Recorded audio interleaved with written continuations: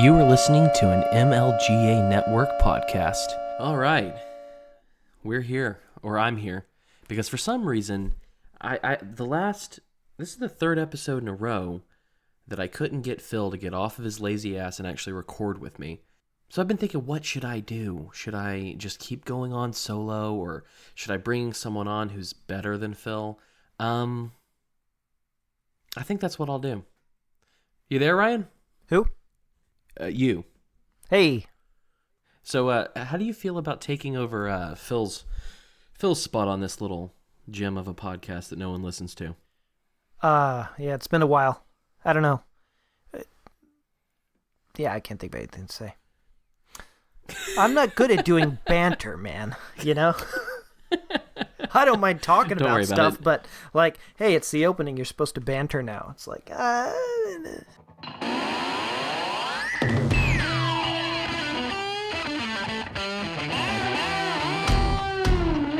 Welcome to Make Liberty Great Again, the best damn Liberty podcast that you've never heard of. Phil and I will be your guides as we peer into the ridiculous reality of our society and our government. Let's get to it. Welcome to Make Liberty Great Again. This is Cam. As I said, not with Phil. I'm not sure he loves me anymore, but we're back. I'm back. But this time I have Ryan, so, I'm not lonely. So that's something. Howdy. Who needs Phil anyway? I hardly remember the guy. Was it a guy? Is he redheaded? I don't know. Because I'm colorblind. I can't tell. Yeah.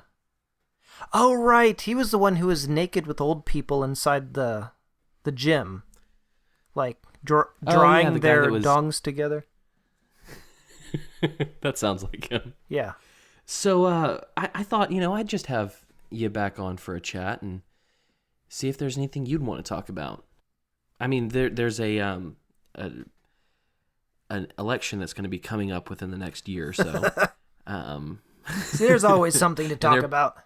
Yeah. There are plenty of people that you can look. I mean, Tulsi's honestly the best looking one physically. Yes. And the anti-war stuff is good.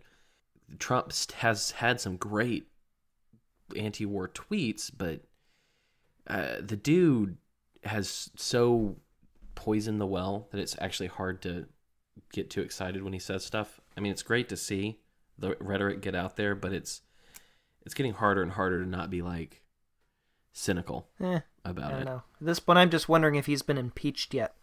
I'm curious to see how that will go. We'll see.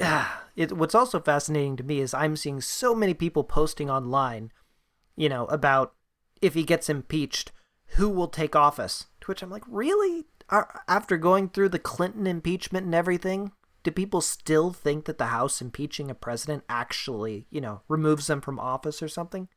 It's amazing how little people actually know about our system. Well, I thought, instead of looking at these ass clowns that we have to pay attention to this day and age, we'd go back to the simpler times, the good days. Oh, the good old days. Hey, back in the day, I loved Mike Huckabee. I was a horrible conservative statist at that time, but I just thought he was the greatest thing. He was overweight, and then he lost all that weight, and it's like, that's so cool. And then he was a governor, so that's great. Unlike, oh boy, oh yeah, he had executive experience. He wasn't one of those senators or even a representative like that silly little old man who kept talking about how the war is bad or whatever. Yeah, that cartoon character of a man at the end of the line who made way too much sense, and it scared us. Yeah, that guy. The guy that Rush Limbaugh told me, do not listen to anything this man says. So I never did. I was that I was that close-minded at that time that since Rush Limbaugh said not to listen to anything he has to say, I literally didn't.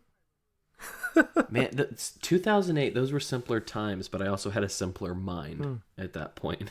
Yeah, well. My mom loved Mike Huckabee as well.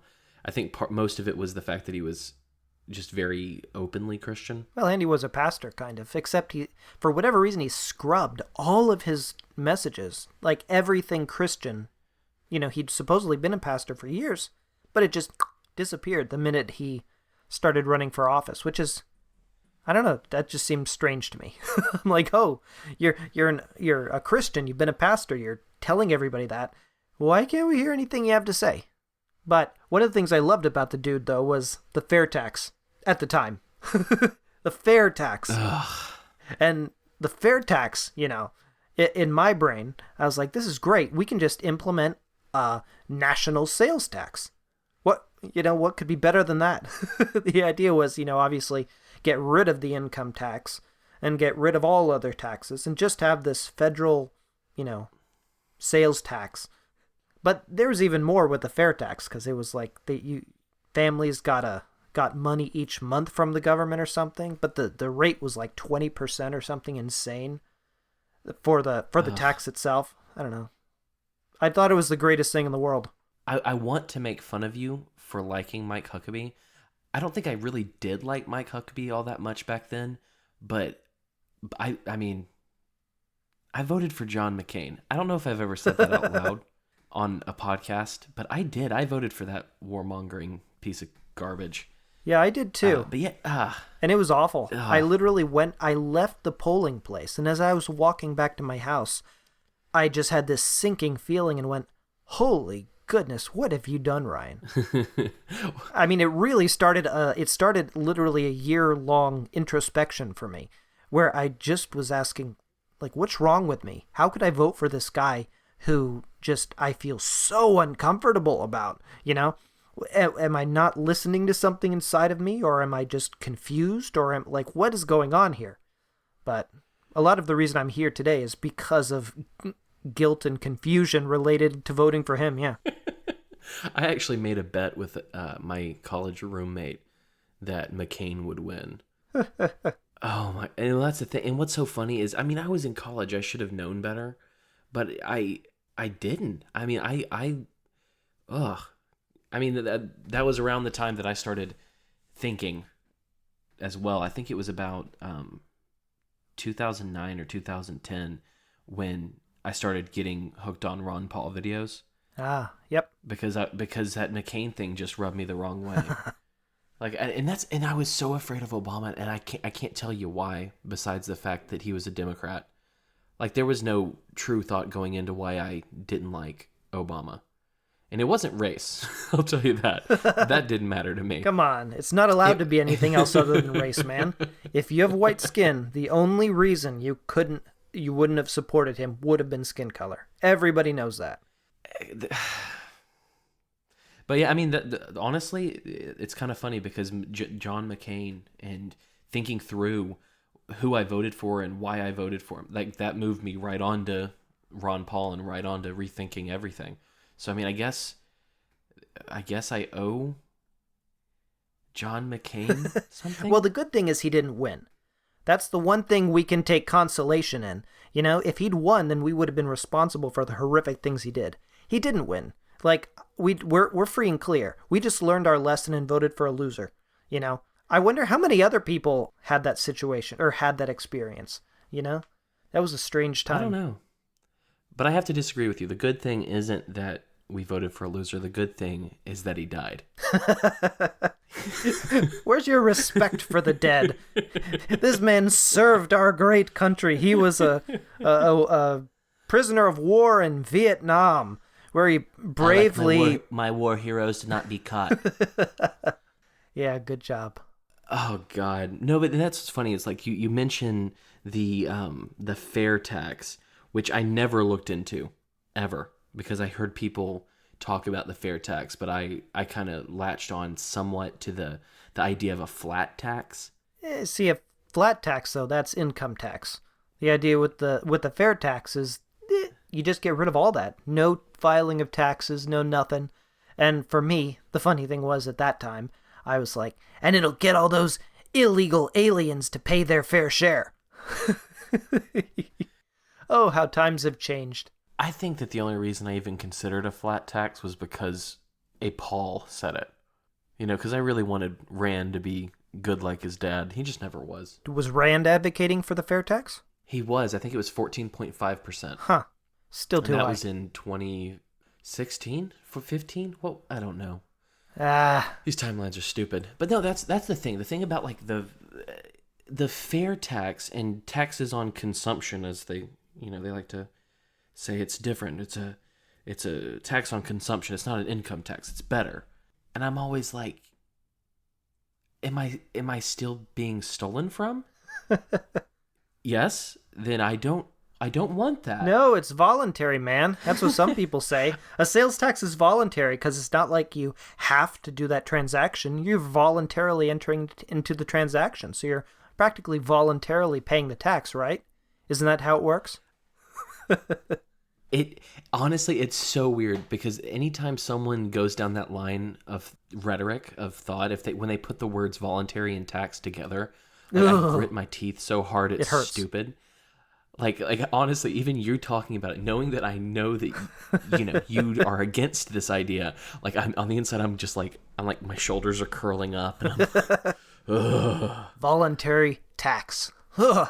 God, just it's a horrible feeling. But there are people who do. I mean, even people who are in the libertarian world will claim that there are taxes out there that are voluntary. That doesn't make any sense. Can you opt out of them? That's always the question. I mean, really. Can you say something's voluntary if you can't opt out of it? And I don't mean like not buying stuff. I mean, in your transaction, yeah. I want to trade with you, Cam. I want to give you my money. You give me a product. And we want to opt out of this taxation system. And they say, no, you have to, or else we're going to, once again, back to the throwing you in the cage. We're going to throw you in a cage for not collecting our money from your transaction. What's voluntary about that? Nothing. And that's my whole thing. It's like those words should never go together. Once we start talking about like cooperating together and building things together, which, I think that there'd be a lot of free market solutions that would come from just business necessity, because businesses are going to want you to be able to drive to their store or their restaurant or whatever. But beyond that, when we start talking about things that we would want to use quote unquote voluntary taxes for, that's not what it is anymore. It's a donation. Yeah. It's a crowdfunding. It's actually, if it's actually voluntary, it's no longer a tax. And it's something you actually don't have to do. Right. If you don't have to do it, then it's voluntary. You can voluntarily enter in or not enter into it. It's not, if you do this thing, you have to pay us, or you have to do it this way, or anything else. I mean, everything the government does is a mandate. If they say you're not allowed to buy something without paying them for the privilege, that's not voluntary. Or anything like that. Anytime they put their noses in between and say, hey, give me a little bit of that, it's not voluntary, because I would not do it if I didn't have to. But people, that's the argument that I keep hearing. Oh, but this will only be done on things that you can choose or that you can live without. It's like food, that shouldn't have a tax on it because it's necessary.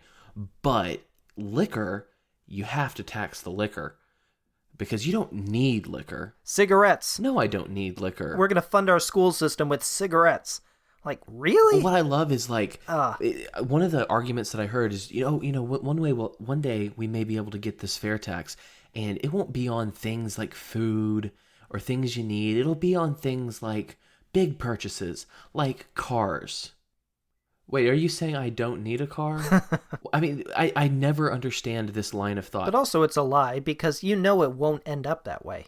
Government never, ever does anything that way, and especially if we would implement, for example, a sales tax, because you can make the case that it's better, but at the same time, that's not a case worth making, because it's all stupid. But seriously, if they implemented a sales tax, okay, all they do is, put it on top of our current tax system, or down the road implement another income tax and just build it up from there. I mean, obviously, this is the government. That's what they do. And are they going to, like, if the federal government puts on a fair tax that's, oh, God, that word. I know, fair tax is just as bad as voluntary tax. It's not fair. Leave me alone. Fairness is a spook. Like, every time I say it, I have to make sure it actually works, because, I should probably say something like reasonable instead of fair, because it just doesn't, I don't know. I've gotten too in the weeds when it comes to libertarian or anarchist thought. So when I say the word fair, I go, ooh, no, wait, let me think about this because that's a leftist word. Well, yeah, it's definitely a loaded word. Lots of people see it in a very different way. And you can't quantify it. Well, you can try, but there's no end to it. Yeah, like you need to pay your fair share. What does that mean? Good point. It means nothing. Yeah, well. It means I'll tell you how much I'm going to take from you. Like that, there's no way to absolutely draw a line to what that means. Because, I mean, look at Bernie Sanders. They're talking about how the rich people need to pay their fair share, even though right now, if you actually look at the raw numbers of things, the 1% is paying most of the taxes. They're paying far more than we are. I mean, it may be a lower percentage or something, but why is it that it's more fair for them to pay 50 to 90%? Fair doesn't mean anything, so it can mean anything that someone wants it to. Right. And so there's a mini rant about the word fair and how I think about it. Way too much. Yep. But no, I mean, that's what kills me is... I don't even know what I was saying before. I said the word fair tax and I almost threw up. But what's fair about it? I don't know. It just drives me crazy. These words just don't belong. They're oxymorons. Fair tax. Voluntary tax. No such thing. Well, and that's the thing. They're like, oh, if you want to talk about a really voluntary tax, let's talk about the lottery. Oh, come on. Well, let's be honest. The lottery is a tax on the poor. That is a good way to put it. People who are not poor don't play the lottery. Generally. I mean, I've been, poor, broke, however you want to say it, because people get all weird if you actually say you're poor. No, you're just broke. Poor is a state of mind. Broke's a shut up. But no, I mean, I've spent a lot of my life where I didn't have enough money. I've never bought a scratcher, but that's just because... Well, I what's think a it's scratcher? stupid because it's those lottery tickets kind of things that you buy where you actually scratch off with a quarter the things and see if you win something. Yeah, but don't you win like, I don't know, $10 after you've bought 100 of those? I mean, it could. Yeah. Yeah, I mean, and they they say that you can win 10,000 or whatever. I mean, Nobody ever does though. If I'm going to buy a lottery ticket, it's going to be for like the huge one. And I'll buy one, every 10 years and hope that maybe I'll get that $500 million, which will be taxed more than half. And that's the thing. It's not just a tax on poor people. It's a tax on stupid people. And really, it's predatory. I mean, in the very least. I mean, think about how because they tout this as this voluntary thing. We pay for our schools, which should be shut down. Mm-hmm. How would we pay for our schools? We don't. I don't want to. Come on. Pass. But it's like, this is predatory because I don't know if you've ever... I haven't watched or had cable for a long time, but the joys of Hulu is that I still get ads. Once we moved into Georgia and then into Pennsylvania, I see these ads for the lottery now. Oh yeah, Pennsylvania has a lot of those. They spend a lot of money on that. They make a lot of money off of that. Golly goodness. Oh, I'm sure. And I haven't looked it up. Maybe but I'm pretty sure most of those things are monopolized by the government. Oh yeah. See, that's the thing. You can't put voluntary in front of that either, because the government manages the state lottery. That's what it is. It's a state thing. And of course, you can't gamble or do other things apart from government regulation, and they try and squeeze at things. They intentionally push people into using their lottery. And they make it difficult or illegal to do other things, which, once again, makes it that's not voluntary. Lotteries are actually one of the oldest forms of taxation here in the New World. I was reading Murray Rothbard's Conceived in Liberty. He talks about it way back, like at the Pilgrims' time, seriously. They started these lotteries to raise money for how they would, run their governments and do things in the colonies. It was crazy, but they really did. And that continues today. That's so weird. But at that time, they said you cannot gamble, you cannot do any of these things, but we'd love for you to join us in our lottery for whatever. Weird stuff, man. But, the same goes today. Can I opt out of it? Can I do my own big lottery? Can I do my own Powerball? Call it voluntary ball. Well, No, chances are that you can't. Chances are you're going to get in trouble for doing that. It's not voluntary because you have to do it through the government and you have to, pay the government, whatever. So, no. Yeah, I mean, I think of all of the tax schemes that are supposedly voluntary, I mean, that's probably the most voluntary one if it wasn't so dang, like I said, it's predatory. Yeah. I mean, they let's be honest about the common poor person. They do their job, they work all day, or they don't if they happen to be on, the government rolls. But either way, at the end of the day, they sit down and they watch TV and they see these ads that I feel like the government uses our money to pay for, to pay for the ad space. Probably. That talks up being rich and having this, that, or the other, and how you just need to play the lottery. Well, you live right by a Wawa. I mean, I'm sure you've seen it. If you go in there on certain days of the week, the line to buy lottery tickets, man, it's longer than the line to buy breakfast sandwiches. It just twists around the store, all these people lined up to buy all these tickets. It makes me sad every time I see it. Right. But the other day, a guy walked up to the counter, and I was getting a sizzly, a bacon, a sausage, egg, and cheese bagel sandwich, and this guy walks up, and he gives the woman a $100 bill and gets a bunch of scratchers.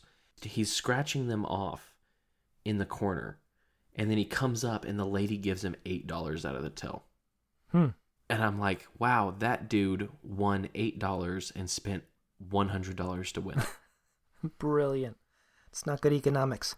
I mean, it's voluntary. They are making their choice to buy this, but I'll be damned if it's not. Oh God, dastardly. I mean, you can talk about other things though as well. The government latches onto things that people get hooked on, and then they find ways to profit off of it. Once again, go back to alcohol. Cigarettes. Here in Pennsylvania, the freaking government controls alcohol to a large extent. The alcohol stores are actually all licensed by the state. And then they're not allowed to be open on Sundays, or at least they haven't until recently. Maybe they can now, I don't know. But all this stuff, and they tax the heck out of it and do everything. But once again, that actually incentivizes it incentivizes the government to want people drinking alcohol, since they make lots of money off of that. And the same could be said for tobacco, obviously. In our state, they have, these tobacco taxes, and they proudly announce all the things that they're building with tobacco taxes. Schools and this and that. Here in Allentown, they were doing some major renovation a few years ago, and people were rightly asking, how in the world are you going to pay for that? And they announced, we are building an enormous cigarette warehouse. And that's how they were going to do it. Meanwhile, you ask them, what do you think about cigarettes? Oh, they're horrible. People should stop smoking. We're spending all this public money on, telling people that tobacco is bad. While simultaneously investing taxpayer money into building, in this case, a tobacco warehouse, which will sell tobacco to people, and the city will make a killing off of it. I mean, and not to mention that usually the conversation around taxes on cigarettes and alcohol, in Alabama we called them sin taxes. I don't know if they do that up here. I've never heard that before, but okay. Yeah, sin taxes. I mean, I think it's just it's more of like a making fun of them for doing this, because they want people to stop smoking. They want people to stop drinking. So they impose sin taxes because that's supposed to make people drink less. Except that's not how it works. No, obviously. I mean, people don't stop smoking when their cigarette packs go up. Majority of people. They don't stop smoking when they are looking at their bank account and they see that they only have $20 left. They go, well, I'd rather smoke than eat. I mean, when I lived in Alabama, Alabama is the same as Pennsylvania. I mean, all of the liquor stores, with the exception of package stores, which were privately owned, and I don't know what the deal was with the way they got licensed or taxed or whatever, but all of the all of the liquor you had to buy from ABC stores, Alabama Beverage Control. Wow. That is a lot like Pennsylvania. Yeah, so I'm used to it. So when someone was like, "Oh, you're moving up to Pennsylvania, you get used to having to go to a state liquor store," and I'm like, "Dude, that's been my whole life." Yeah, it was really weird I when mean, I not my went whole to life, the first but- time I went to Missouri, and I'm walking around the grocery store seeing huge, aisles jam-packed full of alcohol. It's like, really? Yeah. Yeah. Well, in Alabama, it's legal to buy beer and wine in the store, in the grocery store. Oh, okay. But liquor was separate. Because there's so much of a difference. That's a real Leave it to sinful the state stuff. to make these arbitrary distinctions. And busybody Christian writers. Yeah, no, I mean that. So I'm used to that, and I remember two things. One, when I went out to Los Angeles to visit my brother, walking into what's that, Ralph's or something, Trader Joe's, one of those places I've never been to because we don't have them in the South. And there was like giant bottles of vodka in store shelves, and I was like, this is so weird. And then I thought, no, it's really weird that I think this is weird. Like, it's just logical that they would have things that you drink in the same place as things you would eat. No, leave it to the state to change the natural order of things. Right. To make you walk in and go, oh, that's weird this is. It just, of course it's there. That just makes sense. I mean, come on. Well, it stinks. We want to be free from the state. We want to live our own lives.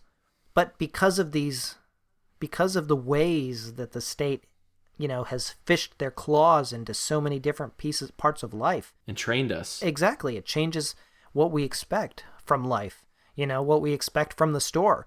It changes what our ideas are of a grocery store, or our ideas are of this or that. It's bizarre, man. They're like playing with our brains. When I lived in lower Alabama in Daphne, we were right on, maybe an hour away from Florida, and I worked in Florida. So I would be there all the time. And I walked into one of their Walmart liquor stores, which is another weird thing that Florida does, where the liquor can't be in the store, but it can be next door. Okay. Which makes no sense, which is apparently how they do it in Wegmans here. Yeah, they started doing that not long ago. They're not allowed to use the same, cash registers. You have to buy your food at the store registers and your alcohol at the alcohol registers. But why? Leave it to the state. It's like a flex. It's Yeah. like, ha, we're going to make you go to 2 different checkouts when you go to the store. Take that, people. Yeah, take that, Wegmans. Or like in Allentown. Halloween is on October God. 31st, but guess what? Everyone is trick-or-treating on the last Friday in October, and it's going from 6 to 8, and you can be fined or even jailed if you're 13 or older and you go out trick-or-treating. Once again, it's so pointless and so bizarre. It's just like a government flex. It's just them saying, hey, guess what? We control the holidays. We control when you can walk out and ask your neighbor for candy. We control what age you're allowed to get dressed up as. It's just bizarre, man. These weird little flexes just blow my mind because honestly, I've never lived in a place until now that has changed the date of Halloween. And so, in my mind, Halloween's past because I'm not worried about getting candy. Yeah. Because I didn't know about that until the day of, so I didn't have any candy for trick-or-treaters. Because why would I think that it would be the Friday before? Well, you and my 4-year-old have the same problem. He keeps talking about Halloween a few days ago. We're like, no, actually Halloween's, in 2 days. And he laughs. He's like, ha, yeah, no, that was on Friday. That was funny. That's funny. and one time he mentioned, yeah, it's too bad we didn't, light our jack-o'-lanterns. We should have done that for Halloween. We're like, no, don't worry, we're good. Halloween's in, a couple days. we're set. But yeah, he just can't wrap his brain around that. And truth is, neither can I. I hate it. Hate it so bad. And it's not even. We're not even gonna go trick or treating. But it's ruined my brain to where because we haven't carved our pumpkins yet. Just haven't had the chance to. And I keep going, man, we missed it. And I'm like, no, we didn't. We've got 2 more days. Yeah. We carved ours in time, but we didn't actually light them.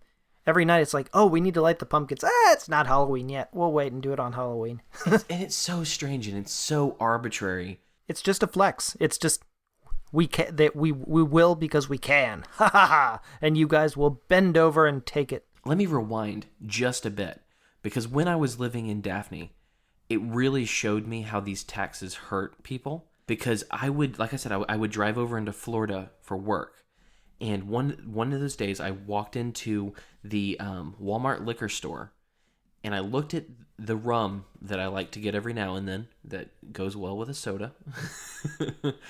And in Alabama, the cost of that bottle was always between $29 and $35, depending on where you went. Okay. In the liquor store in Florida, it was $18.99. Wait, what was the price in Alabama again? Between $29 and $35. Oh, it was cheaper in Florida. By a lot. Nice. Because they don't have those same sin taxes. Right, and you don't have to go to ABC or whatever store. Right, you're not forced to this monopoly where you. So it was like I don't drink very much. I'll get a bottle of rum maybe once or twice a year, but I knew that if I'm gonna do it, I'm gonna go to Florida now. I'm not gonna buy it here. It's worth the hour drive. Makes sense. It saves me what? How much was that? $12. But once again, that's the government changing your habits. It's working. That's the rotten thing. In order to avoid these things, you end up living a different way, which means you're living a reactionary life. You're reacting to the government, which sucks. It's like, haha, screw them. I'm finding a way around. But still at the same time, now you're deciding what you're doing based on them, which means to a certain extent they still win, which makes me angry and stuck. Like, how do you deal with that? It's so frustrating. I'll keep $12. Oh, I'll keep $12 too, but you just said you have to, drive out to it and whatever. Oh yeah, I definitely wouldn't have done it if I didn't work in that city. Yeah, that's true. That helps. I'd be tempted to do it just to stick it to them. Just to not do it to the government. But once again, like I said, that's still reactionary. It sucks. But no, I mean that the like I said, the Halloween thing here is really strange to me. It's weird to me that they have made it a misdemeanor for someone over 13 years of age to put on a costume and walk around the block. Yeah. Why? Flex. Government flex. Is the stated reason because these kids might throw eggs at someone's house? Is it age that lends to egg throwing, or? Well, let me say from personal experience, that doesn't stop the egg throwing. I've still woken up on way too many day after Halloweens, or day after trick-or-treatings, I guess. Reformation Day. And found, well, no, because they flex, and of course it's random days, of course. But, yeah, no, find egg on our cars, which stinks. By the way, if you get that on your car, wash it off immediately. I've heard that. Oh my goodness. When I let it dry one time, that was death. And the thing that it's about, that whole doing it on Friday, is because, I mean, I'm guessing their stated reason is they don't want to do it on a school night so that the kids can sleep well before they go to prison in the morning. That's not your decision to make. Are you these kids' parents? Yeah, well, it's a school night. You better go to sleep, kids. What? Who do you think you are? That doesn't make any sense whatsoever. Remember when your parent would say, hey, you're going out, but I need you to be back by this time because tomorrow's a school night and you need to get a good night's sleep. What happened to that? When did it become, oh, we're the government, so we need to make sure these kids get home and get in bed on time? What? It's always a flex, and God, and it's one of those things that it makes me even more angry because, prison, but school, public schooling, I mean, it's prison for kids. I mean, that's one of the only places in their entire lives that they will be forced to be, and then in that area and in that place, their peers will assault them and violently attack them. No, it's voluntary. It's voluntary because you don't have to go. I don't know. I'm trying to think of what. I'm sure there's someone who says that. Some libertarian out there who's like, it makes life better, therefore it's voluntary. Yeah, who's gonna take care of these kids whose parents work all the time, whose parents don't have enough money to feed them? They have to send them somewhere, right? Yeah. Yeah. And our tax dollars have to go towards school lunches, because these kids will literally die on the streets. It'll be like Africa, with the skinny kids with the big bloated bellies. Is that going to happen? I got a notification, and this happened to be when I was thinking about this Halloween thing and how they want to make sure that the kids are in school. They don't want it to happen on a school night. They want it to be on a Friday, so they'll be off on Saturday, blah, blah, blah. And I get this notification, and it says 13-year-old who complained to school officials about bullying dies after being sucker punched by classmates. Oh, son of a Grinch. And I'm like... That hurts, man. So they're keeping my kids from trick-or-treating after 8 p.m. so they can go to school and be sucker punched to death? Honk. That just doesn't do it for me. Yeah, seriously. Voluntary taxation doesn't exist. That does hurt to hear. There are words that you should scrub from your vocabulary immediately, if not sooner. How about voluntary regulations? Oh, well, that's the thing. There is self-regulation that a lot of companies do. Of course. But when you're talking in the context of government, no, there's no such thing. Yeah. Well, you don't have to take part in that activity, Right. No, I want to take part in the activity. I want to opt out of the taxes part of it. Duh, or the regulation part of it. It's only voluntary if I can opt out, buddy. Yeah, just throw voluntary in front of everything the government does and see if any of them make sense, and then go back to voluntary taxation. You moron. It doesn't exist. It's voluntary immigration control. It's voluntary public schooling. It's voluntary taxes. I don't know. Anything the government does, it doesn't sound right in. Voluntary mandatory school attendance. Yeah. Voluntary parking authority. Walking the streets at night. Looking in your windows. Making sure your car's, up to date on its inspection. Have you yelled at any more cops lately? Cops. That guy wishes. No. A few weeks ago, this dimwit. I look outside and I see a parking authority, which is one of the top income sources for our city, Allentown, Pennsylvania. And this guy's parked outside my home after dark. Now, they come to our streets during street sweeping because the city decided that we have to have our streets swept on these certain days every week, and we have to move or else we get lots of tickets. And the city likes that because they make a lot of money off the parking authority. But this dude, there's no street sweeping. It's in the middle of the night. Seriously. And this guy's walking around with a light, looking at people's license, looking at their plates, looking at their inspection sticker to make sure it's valid, still good. Looking inside windows to see what's inside the car. It was crazy, and this dude's walking around. So I went outside and I hollered at him. I said, "What do you think you're doing?" The guy got all offended. I'm just doing my job. Well, I said, "Why are you out here stealing from us? Like, what is your point? Why are you looking at our registration? We haven't done anything wrong. Leave us alone. Go find someplace else to peek in people's cars. You're fishing for ways to make money." And he says, "Oh, no, don't worry, man. I don't work for the city. I work for the parking authority. We're a private company, and the city employs us to do certain things." Which I'm like, really? Are you really going to make that distinction? Golly, it hurts so bad. I wasn't yelling too loud, but I was speaking in a loud enough tone that I wanted all the neighbors around to hear what I was saying. And yeah, I should have just called the cops on him immediately and said, "There's some weird dude." He had dark skin, so I could have said that. "There's this dude with dark skin looking inside." Though I wouldn't want him to be shot necessarily. I mean, not if he died, but yeah, either way.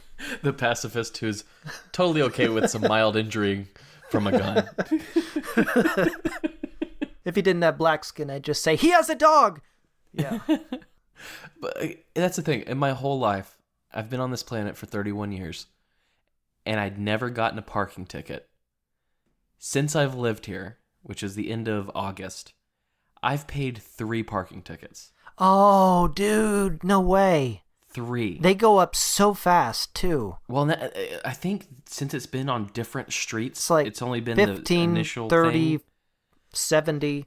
Yeah, I paid 15 for the first one, which was when I parked in the back alley, which my landlord told me that as long as I had my 2 tires over I forget what it's called, but the back part of the garage, because he hasn't emptied out my garage so that I can drive my car into the garage, which would be great because they can't look to see if you have inspection tickets and stuff if your car's in your seriously, garage. you got to take care of that. I know. I it's so hard for me not to rebel on the little things. Like I lived in Georgia for a year and a half, and I never got a license plate and never got an emissions test. It's so Heard it's it so here, bad. folks. But no, I don't want to do it. But I mean, I will eventually. I don't want to. You kind of have to. Yeah. Stinks. But, Or, of course, I'll you do can it. tell the cops that you're just traveling on Yeah. the roads, so it doesn't matter. You don't. Nothing applies to you. Maybe that'll work. I have a preloaded response if anyone ever pulls me over. But no, I've gotten 3. Like the first one I think was $15, and then the second one it may have been 15 or 20 because one was a cop, the other was the parking authority, and then outside of our office, I thought it was Monday. I did that too recently. Yeah, I had to pay that ticket because I thought it was Monday as well one time. And I parked there on a Tuesday and went outside to find the bright orange parking ticket. It's like, Argh! Yep. So that happened last week. So I don't know. God, I hate public roads. It's one of those things where, it used to be far enough from me for it not to matter because, we lived in places with private parking or a garage or something like that. But now that I'm parking on public roads, it drives me crazy. Sucks. I hate it so much. It's like, Yeah.